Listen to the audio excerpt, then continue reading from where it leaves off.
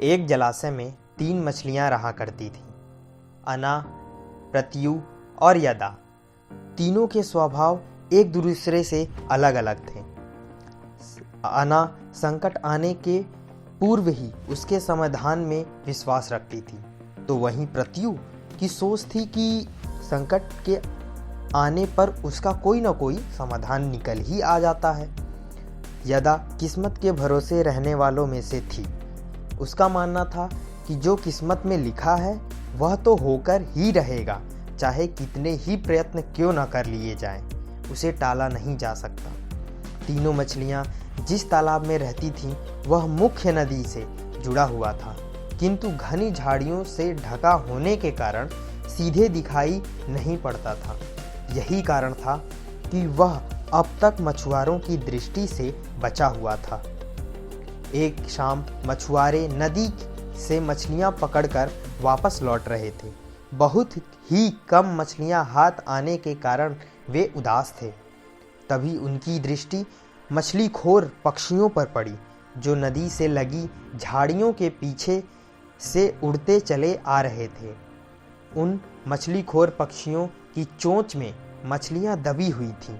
यह देखकर मछुआरों को समझते देर न लगी कि झाड़ियों के पीछे नदी से लगा हुआ कोई न कोई तालाब जरूर है। वे झाड़ियों के पार जाकर तालाब के पास पहुंच गए। वे बहुत खुश थे।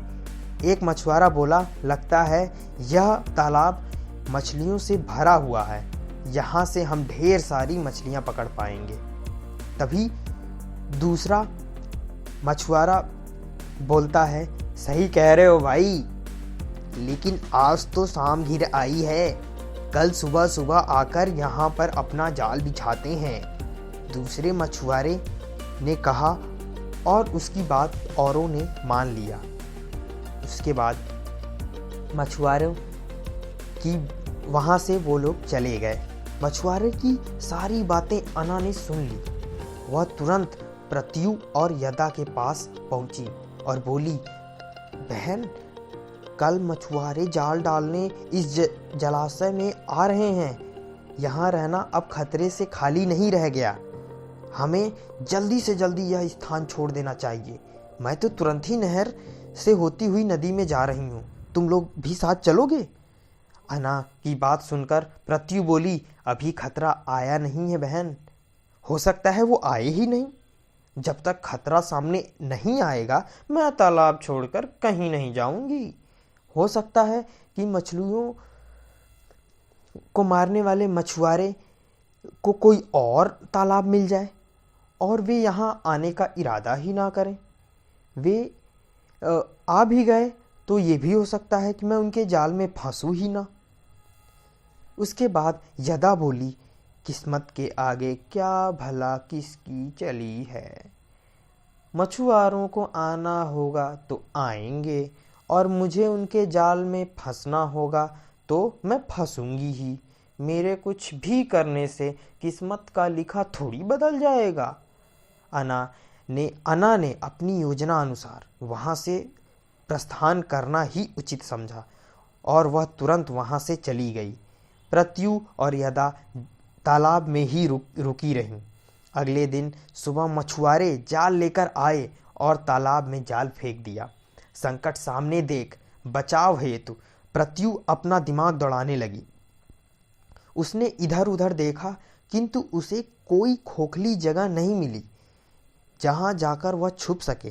तभी उसे एक ऊदबिलाव की सड़ी हुई लाश पानी में तैरती हुई दिखाई पड़ी। वह तुरंत उस लाश में घुस गई और